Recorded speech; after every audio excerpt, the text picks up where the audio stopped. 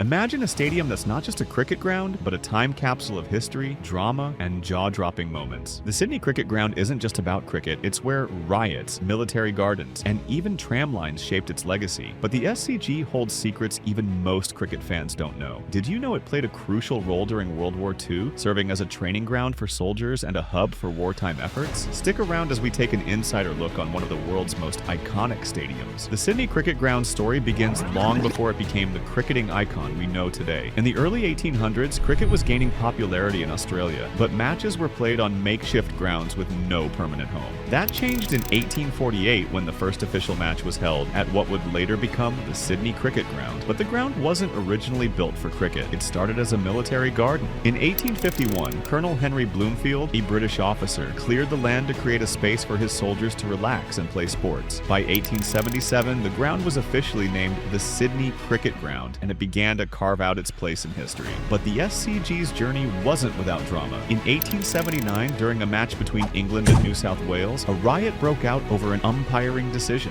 Yes, a cricket match turned into a full-blown riot. This chaotic moment became a defining chapter in the SCG's history, proving that this ground was destined to be more than just a sports venue. Fast forward to World War II, and the SCG took on a new role. It became a training ground for soldiers, with troops drilling on the field and using the facilities to prepare for the front lines. The ground also hosted fundraising events and patriotic rallies, showing how deeply intertwined it was with the nation's history. So, what started as a military garden transformed into a world-class stadium. But how did the SCG evolve into the architectural marvel we see today? When you step into the Sydney Cricket Ground today, it's hard not to be blown away by its grandeur. But what makes this stadium so special? Let's start with its iconic stands, each with its own story. Take the Members Stand, for example. Built in 1886, it's a heritage masterpiece that still stands tall, offering fans a glimpse into the past. Then there's the Ladies' Stand, one of the oldest in the world, designed specifically for women when cricket was still a male-dominated sport. Talk about progressive for its time. But the SCG isn't just about history, it's a blend of old and new. The Brewongle Stand, rebuilt in 1980, and the Churchill Stand, added in 1986, brought modern comforts while preserving the ground's classic charm. And let's not forget the Hill, the famous grassy slope where working-class fans once gathered. While it's been redesigned over the years, it still holds that nostalgic vibe, reminding us of the SCG's humble beginnings. Now here's where it gets even more interesting. The SCG wasn't just built for cricket. Its design accommodates multiple sports, from rugby to Australian rules football. The oval shape and strategically placed stands ensure every seat has a great view no matter the event. And in 1978, the SCG added 6 towering light stands, making it one of the first stadiums in Australia to host night games. Imagine the buzz of watching a match under those bright lights for the first time. It must have felt like magic. As of now, the Sydney Cricket Ground has a seating capacity of approximately 48,000, making it one of the largest sporting venues in Australia. While this capacity has remained unchanged for some time, recent assessments have identified the need for significant upgrades to its aging infrastructure, particularly in the O'Reilly, Brewongle, and Clive Churchill stands, which were built in the early 1980s. These stands have been criticized for not meeting modern safety and amenity standards, highlighted by an incident in January 2025 when part of the O'Reilly stand roof dislodged during a storm, necessitating an evacuation. The master plan aims to enhance spectator experience through modern amenities, improved viewing experience, state-of-the-art facilities, and environmental considerations. This plan is expected to cost up to $500 million,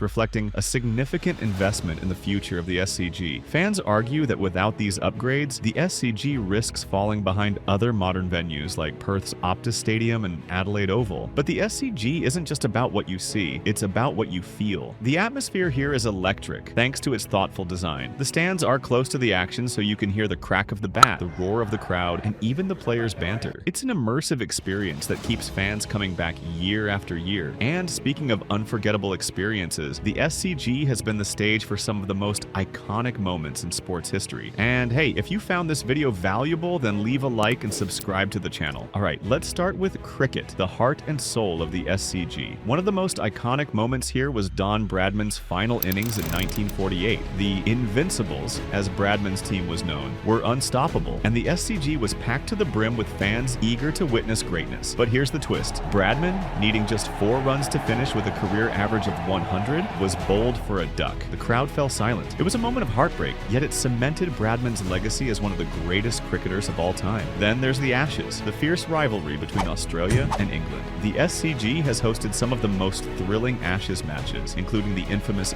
Bodyline Series in 1932-33. English bowlers targeted Australian batsmen with short-pitch deliveries, sparking outrage and even diplomatic tension. The SCG was at the center of it all, witnessing one of the most controversial chapters in cricket history. But cricket isn't the only star at the SCG. In 2012, and Michael Clarke's unbeaten 329 against India became one of the highest individual scores at the ground. The crowd erupted as Clarke waved his bat, knowing they were witnessing something extraordinary. And let's not forget the emotional farewells. Steve Waugh's final test match in 2004 was a tearjerker. Needing a boundary off the last ball to reach a century, Waugh smashed it through the covers, and the SCG erupted in celebration. It was a perfect ending for one of Australia's most beloved captains. These moments aren't just about sports, they're about the emotions, the drama, and the memories that make the SCG more than just a stadium. What's your favorite SCG memory? Whether it's a match you watched live, a historic moment, or even a personal story about visiting the ground, let me know in the comments below. The Sydney Cricket Ground is full of surprises, and some of its most fascinating stories are the ones you've probably never heard. For starters, as I told you, SCG wasn't always a cricket ground. In the mid-1800s, it was actually a military garden. Colonel Henry Bloomfield cleared the land so his soldiers could relax and play sports. Cricket was just one of the activities they enjoyed, and over time it became the star of the show. But did you know that the SCG's first scoreboard, designed by Ned Gregory in 1881, was operated by two men who manually updated the scores? It was so innovative for its time that it was called one of the wonders of the cricket world. Also, the SCG has a tram line that was built in 1881,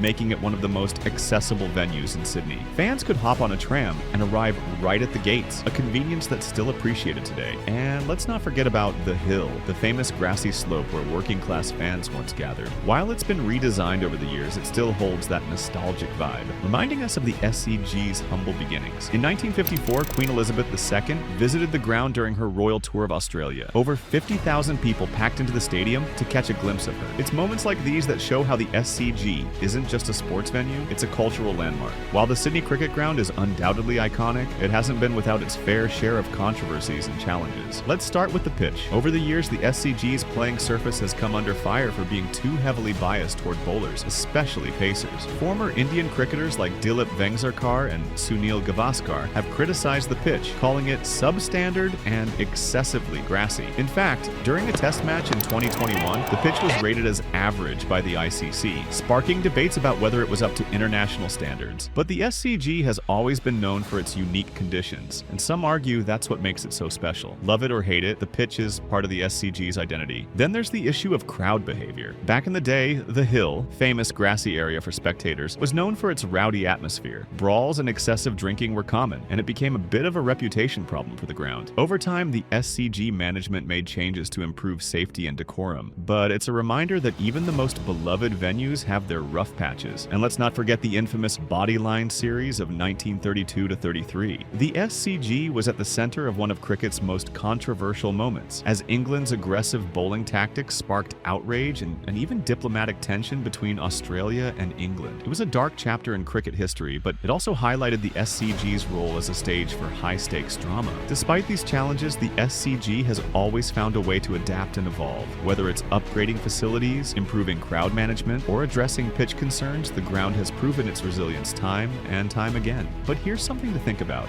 How do you balance tradition with the need for modernization? It's a question the SCG continues to grapple with, and it's one that keeps this iconic venue at the heart of the conversation. From its humble beginnings as a military garden to its status as one of the world's most iconic cricket venues, the SCG has stood the test of time. It's witnessed legendary performances, historic rivalries, and unforgettable moments that have left an indelible mark on the world of sports. But the SCG is more than just a place for cricket. It's a gathering spot for fans, a stage for drama, and a testament to the power of sport to bring people together. Whether it's the roar of the crowd during an Ashes test, the nostalgia of The Hill, or the thrill of a night game under the lights, the SCG has a way of creating memories that last a lifetime. So, what's next for this iconic ground? As it continues to evolve, one thing is certain. The SCG will remain a cornerstone of Australian sport, inspiring future generations of fans and athletes alike. If you enjoyed this deep dive into the Sydney Cricket Ground, then consider checking my recent video on the Gaddafi Stadium. It's popping on your screen right now. Click on it, and I will see you there. Cheers!